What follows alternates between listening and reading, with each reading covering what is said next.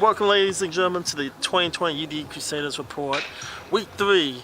I'm Nathan Yakovitz, catching you up today on the latest weekly events happening in the University of Dallas Athletics Department. This week is a special report with an inside look at the 2020 UD baseball team. Coming off an 18-21 record, which is the most wins since 2014. The team won 5 SCAC games, including a huge 4-3 12-inning win over number 5 Texas Lutheran University that year. They also won a weekend series at Austin College. The Crusaders played well in true road games with a 10-7 record. They'll have a tough schedule this season again in the spring, as they will face 3 teams from the D3Baseball.com/NCBWA preseason top 25 with number 1 Chapman University. They also have SCAC foes number 3 Trinity University and number 22 Texas Lutheran University. Other foes receiving votes on the UD schedule are Southwestern University from the SCAC and Cal Lutheran University, which is part of a California trip in early March. To get a closer look with the Crusaders baseball team, we will join Kevin McGurk at the field with Conrad Voss, Andrew Magnus, Andrew Womack, and Nick Hovde. All right, thanks, Nathan. So I'm here at the baseball field with some of the players getting ready for the 2020 baseball season. I'm right now joined with Conrad Voss and Nick Hovde, and we'll later be also joined by Andrew Womack and Andrew Magnus. First game of the season is going to be against Sul-Ross State, doubleheader on Saturday, February 1st. This team has big shoes to fill, 7 seniors from last year, all big contributors to the team. Jordan Stickler, Josh Abelos, Mark Peterson, Luke Boylson, Jessup Scott, Paul Scioli, and Seth Hansen, and Joseph Griesbauer, the members from last year's team. Great players, all of them, but you can only get 4 years. They don't give you any more than that. And this year's team, 10 seniors, 8 juniors, 9 sophomores, and 8 freshmen, so we're going to see how the baseball team can do this year. And so now, I'm going to turn it over to Conrad. How are you doing today, Conrad? Feeling pretty good. About you? Doing all right. So, senior pitcher on the team, been here for a very long time. How, in your time as an upperclassman, have you been able to lead and mentor the younger pitchers?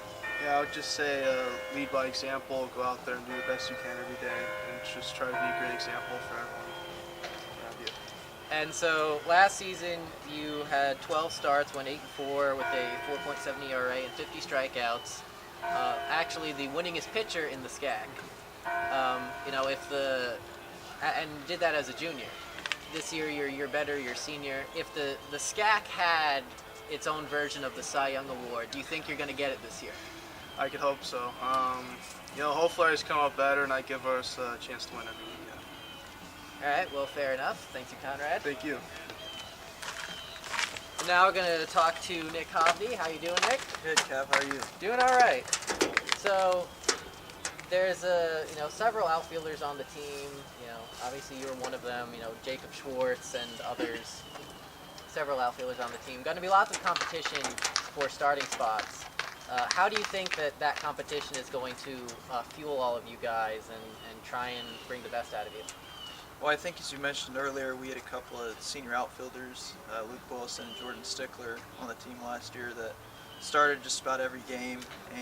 But this year we got a bunch of new freshmen, a bunch of newcomers that offer a lot of different versatility for us. So they're able to push us every day and to make us better.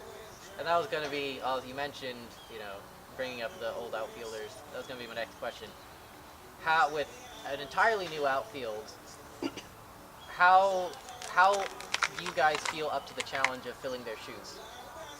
Oh, we're ready for it. We've got great mentorship from those two and the years that they've been here and put in and time spent with us, and they've kind of passed it along to us upperclassmen, and now it's our job to pass it along to the younger guys and to push everyone every day. All right, well, thanks for joining me, Nick. Thanks, Kev. Now, gonna have talk to Andrew Womack now. Andrew, how you doing? Good. How are you doing? Doing all right. So, out of the whole team, you were a sophomore, one of the newer members of the team. Last year and coming into this year, how have you been able to integrate into the team culture? I mean, all the older guys last year and this year are just real welcoming, and they really they let the younger guys know the ropes and how everything goes. So just stay with that attitude and work hard, and you'll fit in. And what's the best part of the team culture? Just our friendship. All the guys get along real well, and we have a good time together. So it's fun to be out here. And one fun fact about Andrew, his hometown is Vienna, Virginia, my neck of the woods, not too far away from Front Royal. Oh, really? Yeah. How does Vienna compare to Irving? It's pretty different. It looks a lot different, landscape-wise, but they're both nice places to live. Yeah. Thank you, Andrew. Yes, sir. All right. So, Andrew, we have two Andrews now. How you doing? Doing good. How are you? Doing all right. So, last year, or as a freshman, you were a relief pitcher. Now, last year, starting pitcher. What was that transition like when you went from the bullpen to the starting rotation?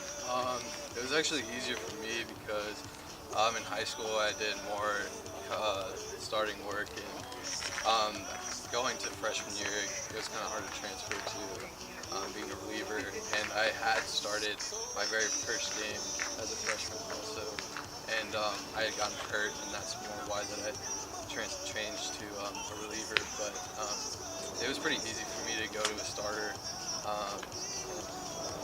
It's more comfortable for me also. And so, with there have been a lot of changes in UD's pitching the last couple of years. I've had a lot of people going back from starting to relieving and back again. How is it determined on the team who starts and who relieves? Basically, like performance. Obviously, like some people are going to do better as a starter, some are going to do better as a reliever, and also based on like your arm and just how you're able to deal with being able to throw like a certain amount a day, or being able to do it like multiple days, and it also is part of your mental, like being able to lock it in for like a long period of time in one day, or also break it up into multiple days like that. All right. Well, thank you for joining me, Andrew. Thanks, Kevin. For the rest of UD, we have Dallas men's basketball. This past week, they dropped 2 games to Austin College at home and on the road by 11 points in each contest. They've also dropped 3 or 4, and they lost at the Mayo Center, which they allowed a season high 96 points. They were down 13 at the break, but UD did make a run to cut the score to 5 with around 7 minutes left, with a big 3-pointer by Dustin Mathis. He finished with 14 points, including 4 threes. Joe Toussaint recorded 15 points along with 9 rebounds. Jai Love matched the team high 15 points. Kevin Hyde had 14 points, and Scott Boland provided 11 from the bench. In the road game, UD was led by Love's career best 23 points, which included a 12 for 13 effort at the free throw line. Matt Holloway and Chance Lockhart poured in 12 and 11 points respectively for personal best. Toussaint had a double-double with 11 points and 10 rebounds.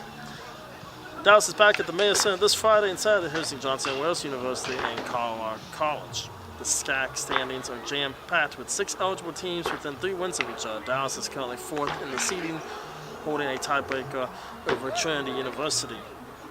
On the women's side, the Crusaders fell twice to number 24 Austin College. In the home outing, the Crusaders competed outscoring the Roos by 4 in the second half.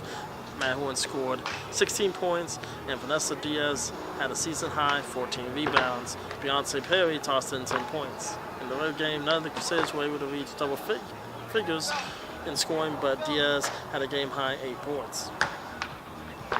The Crusaders will also host Johnson & Wales and Colorado College this weekend. UD and Johnson & Wales are both averaging 50 points on the season. Another spring sport getting started this weekend will be the Dallas men's lacrosse team as they head to TCU for a scrimmage this Saturday at 1 o'clock. That wraps up our UD Crusaders report. You can keep up with the latest news on the University of Dallas Athletics page at udallasathletics.com. You can also find us on Twitter, Facebook, and Instagram. Thank you and have a good week.